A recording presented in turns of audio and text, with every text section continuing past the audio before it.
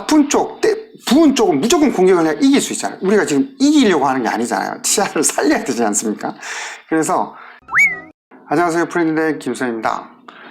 제가 요즘 남의 유튜브를 열심히 보다 보니까 제 유튜브를 소홀히 했는데, 제 채널 수준에서는 꾸준히 이 시청자들의 관심을 끄는 영상이 하나 있길래 시린이 극복기 이런 걸로 치과오지 마세요, 제가 이렇게 드립을 치면서 낚은 건가? 근데 너무 말투나 어투가 너무 불편하고 어색해서 절대로 이 영상 보지 마시라고 제가 새로운 시린이 극복기를 한번 찍어보도록 하겠습니다.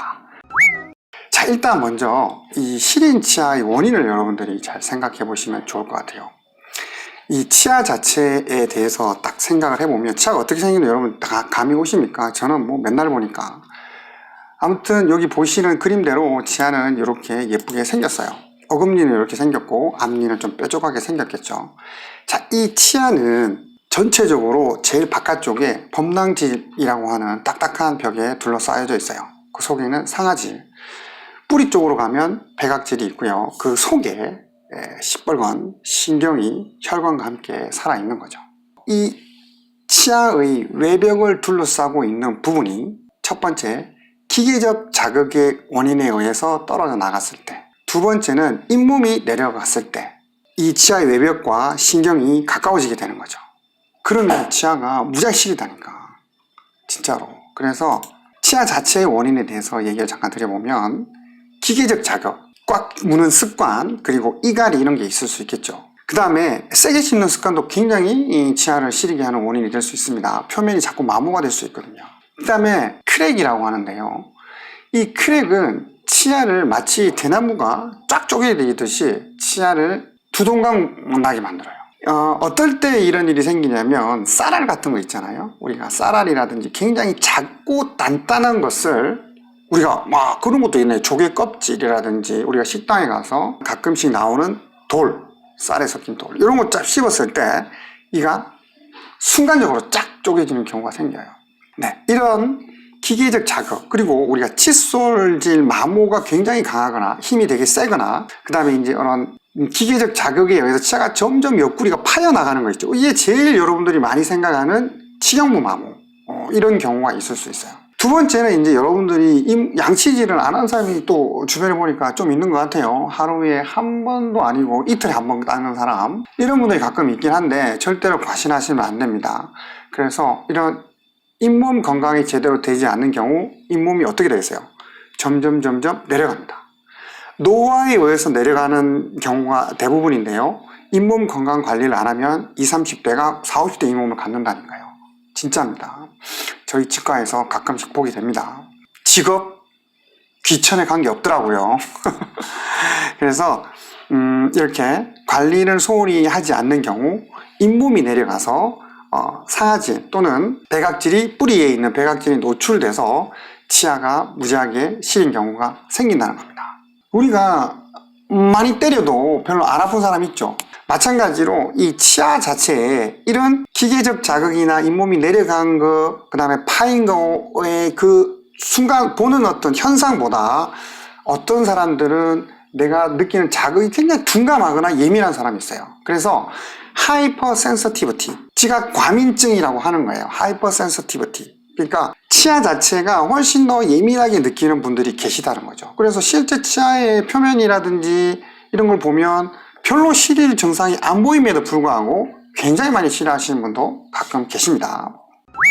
먼저 이러한 시린 치아를 해결하기 위해서 제 첫 번째 방법을 소개하기에 앞서서, 이런 시린 증상으로 치과 가지 마세요. 왜냐하면 치과 오셔더라도 아까 말했듯이 치각 과민한 분들이 계실 수도 있고요, 특별한 문제의 원인이 없는 경우도 많아요. 일시적으로 치아가 시린 경우가 굉장히 많다니까요.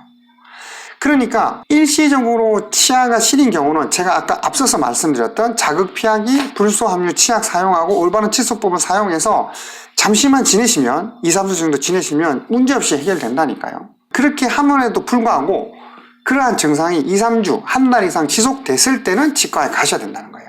또 여러분들이 이렇게 이런 걸 하면 치과 안 가도 된다라고 얘기를 하면 또 어떤 또 부작용이 생기는지 아세요? 무지하게 개긴다니까. 막 또 어떤 사람 민간요법 마늘 쓰는 사람도 있고 개기는 거죠, 끝까지. 그렇게 돼서 봉변당한 김쌤의 이야기 띄워주세요. 이거 진짜 있어요. 무슨 얘기냐면 이런 자극이 계속 진행이 되면요, 결국은 치수염이 생긴다니까요. 그리고 이 치수염이 진정이 되면 다행인데 진정이 되지 않으면 증폭돼서 어마어마한 통증을 야기시켜요. 그러는데도 불구하고 치가 안 가지 계속 깨지죠. 그러면 치수 괴사까지 생겨서 염증이 뿌리 끝까지 생겨서 고통을 이루 말할 수 없게 생기는 거예요. 그렇게 되면 잠깐 시린 경우에는 떼우는 것으로 끝날 수 있는데요, 시린 증상이 치수염으로 진행이 되면 신경치료까지 이제 들어가는 거죠. 그래서 신경치료까지 들어가게 되면 이제 이를 씌우는 것까지 되는 거죠. 예외적인 상황 잠깐 설명드렸고요.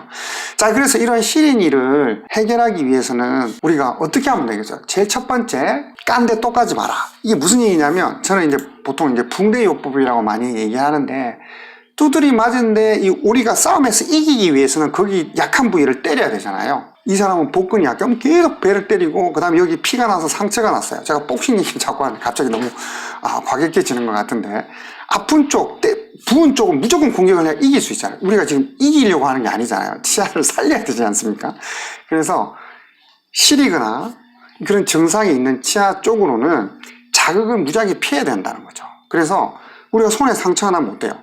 붕대를 감든지 반창고를 붙이는데 절대 그쪽을 사용하지 않게 하잖아요.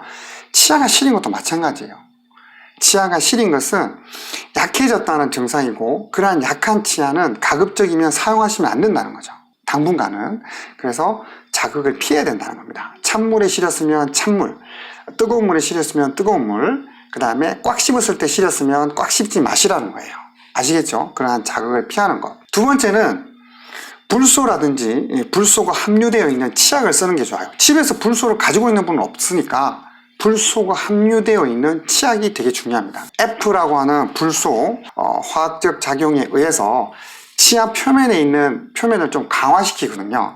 그래서 그냥 불소는 치아를 강화시킨다 라고 여러분들이 가볍게 생각하시면 되고, 물어보지 마세요. 길게 답변하기 곤란합니다. 아무튼 시중에 나와 있는 것들 뭐든 써도 상관없어요. 자, 그 다음에 이러한 것들보다도 더 중요한 올바른 양치질법, 올바른 칫솔질이 굉장히 중요하다는 거예요. 잇몸과 치아 사이, 그리고 치아와 치아 사이의 경계 부위를 양치질을 잘 하셔야 되는데, 여러분 양치질 할 때 가장 기본적인 거 뭡니까? 양치질을 손가락으로 잡으세요. 손바닥으로 잡지 마세요. 손바닥으로 잡아서 무리하게 이렇게 힘을 세게 주지 말고 손가락 정도의 힘으로 이렇게 싹싹싹싹 하시면 훨씬 더 좋은 양치질이 되는 거예요. 그래서 이러한 치아 사이사이를 닦거나 치아와 잇몸 사이를 잘 닦아야 되는 이유는 뭐냐면, 그 자체가 치아를 시리지 않게 바로 만드는 게 아니라 잇몸이 내려가지 않고, 즉 잇몸이 건강하게 만드는 가장 기본적인 여러분들이 집에서 할 수 있는 방법이라는 거예요. 그래야지만 잇몸이 오랫동안 어떤 위치에서 유지가 되고, 내려가는 순간 아까 제가 말씀드렸던 대로 상아진이나 범랑진이 노출돼서 이가 시릴 수 있는 환경이 된다. 즉 옷을 입고 있는 것을 벗는 상황이 된다는 거예요. 바지를 한 줌 한 줌 내리듯이. 그러면 시려진다니까요, 치아의 뿌리가. 그래서 여러분들이 올바른 양치질로 양치를 꼭 해주셔야 된다는 거죠. 여기까지 프렌디된 김쌤이었습니다. 다음 영상에서도 건강한 모습으로 다시 뵙겠습니다. 안녕.